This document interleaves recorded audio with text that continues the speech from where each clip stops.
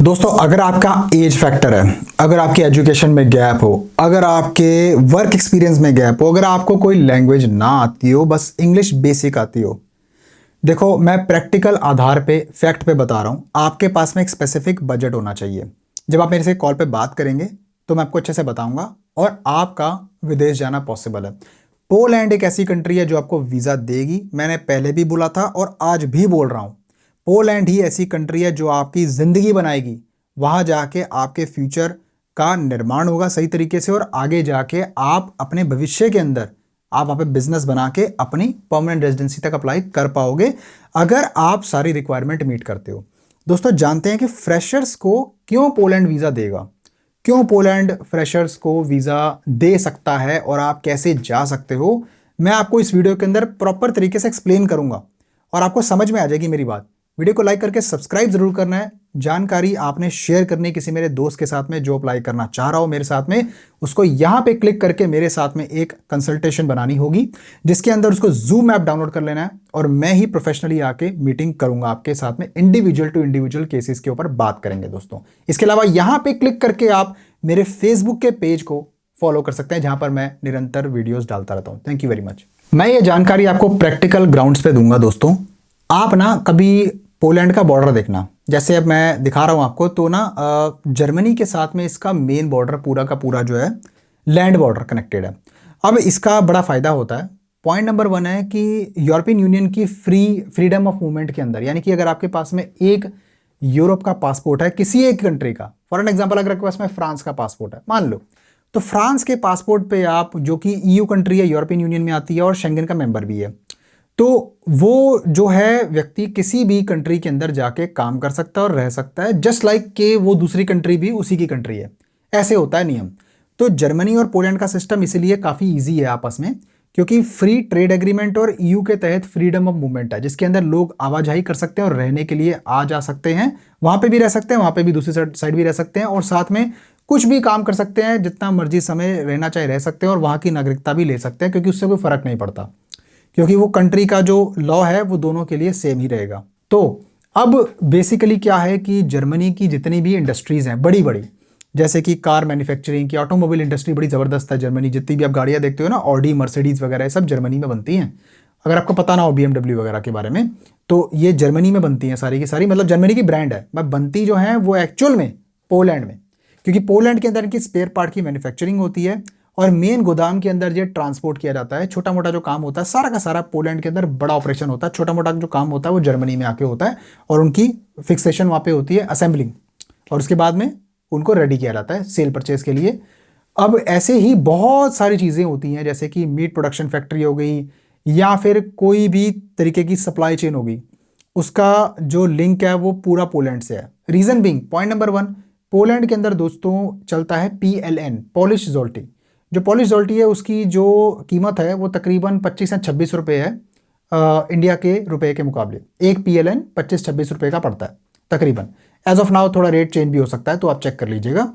और वहाँ पर कामगारों की कभी भी कमी नहीं रहती है, क्योंकि कामगार जो है वहाँ पे जो कि मतलब नौकरी करने के लिए आते हैं दूसरी कंट्री से या फिर किसी थर्ड वर्ल्ड कंट्री से, जैसे कि आप, या फिर अफ्रीका से, या फिर कोई ऐसे ऐसे पिछड़े देश हैं कि जहाँ से वो आते हैं, क्योंकि जिनका नाम भी आपने ना सुना हो। तो वहाँ से आने के बाद में उनकी वहाँ पे बड़ी रिक्वायरमेंट होती है, क्योंकि एक तो चीप लेबर मिलती है, दूसरी बात काम करने वाले ज़्यादा मिल जाते हैं, तीसरी बात कि वहाँ पर टैक्स है वो कम होता है। कंपनीज को भी टैक्स कम पे करना पड़ता है, 21% जो है पर्सनल इनकम पे टैक्स लगता है उधर।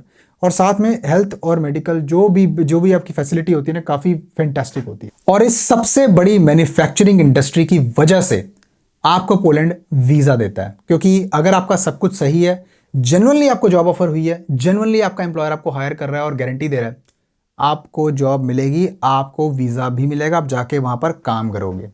ये एक पोलैंड का सीधा साधा फंडा है दोस्तों। अगर आपके पास में सब कुछ सही है तो आपको पोलैंड ने वीज़ा देना ही है। आपकी एजुकेशन मैटर नहीं करती, आपकी एज मैटर नहीं करती। पोलैंड के अंदर आपका कोई भी इतना कुछ खास मैटर नहीं करता, बस 2 चीज़ें आपकी क्लियर होनी चाहिए। पॉइंट नंबर 1, आपका इंडिया में कोई क्रिमिनल रिकॉर्ड नहीं होना चाहिए। पॉइंट नंबर 2, कि आपका कोई भी तरीके से कोई डॉक्यूमेंट अपनी तरफ से आप जो लगाओगे एम्बेसी में, कोई फेक डॉक्यूमेंट नहीं होना चाहिए। कई लोग पैसे बचाने के चक्कर में इंश्योरेंस वगैरह फेक लगा देते हैं, ऐसा हो चुका है हमारे साथ में भी, हमें बोलते हैं भाई सब कुछ सही है लेकिन इंश्योरेंस फेक हो जाती है। इन चीज़ों का आपने ध्यान खास तौर से रखना है, और रखोगे तो आपको वीज़ा पोलैंड ज़रूर देगा।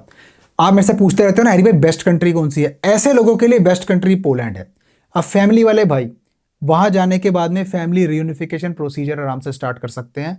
आफ्टर 1 ईयर टैक्सेस वगैरह चेक होते हैं, आपके कॉन्ट्रैक्ट की वैलिडिटी होती है, टीआरसी आपके पास होनी चाहिए, टेम्परेरी रेजिडेंस कार्ड आपके पास होना चाहिए, उसकी वैलिडिटी चेक की जाती है। और वो टैक्सेस वेरीफाई करने के बाद, कंपनी जेन्युइनिटी वेरीफाई करने के बाद, आपके अकोमोडेशन जो जहाँ पे है वो वेरीफाई करने के बाद, यानी कि आपको अपनी अकोमोडेशन अलग से लेनी पड़ेगी अपनी वाइफ और बच्चों को रखने के लिए, उसके बाद में आपका अप्रूवल आ जाता है। आपकी वाइफ आपके लिए डिपेंडेंट वीज़ा पे अप्लाई करेगी और ट्रैवल करेगी आपके साथ रहने के लिए, और आपके बच्चे भी सिमिलरली 18 साल से कम उम्र के बच्चे आ सकते हैं। तो इसीलिए घबराने की जरूरत नहीं है दोस्तों। मेरे साथ प्रोसीड करना चाहते हो तो बेहिचक प्रोसीड कर सकते हो। मेरे पास पोलैंड के अंदर बहुत ज़्यादा एम्प्लॉयर से प्रपोज की हुई बहुत ज़्यादा वैकेंसीज हैं, जिसके अंदर मैं आपको सही तरीके से डॉक्यूमेंटेशन प्रोसेसिंग का काम करवा के दूंगा, जो मेरी कंपनी का लीगल और जेन्युइन काम है। और उसके बिहाफ पे आपको सारा डॉक्यूमेंटेशन जो है आपको आपकी कंट्री में मिलता है, और फिर आप अप्लाई करते हो, हमारी मदद से आप अप्लाई करते हो वीज़ा, जो कि आपको दिलाएगा काम। जो आप काम जाके वहाँ करोगे तो वो वीज़ा कनेक्टेड होता है आपकी टीआरसी से, और उसके बाद में आपकी टीआरसी कनेक्टेड होती है फिर कॉन्ट्रैक्ट से, जो आपका जॉब कॉन्ट्रैक्ट है।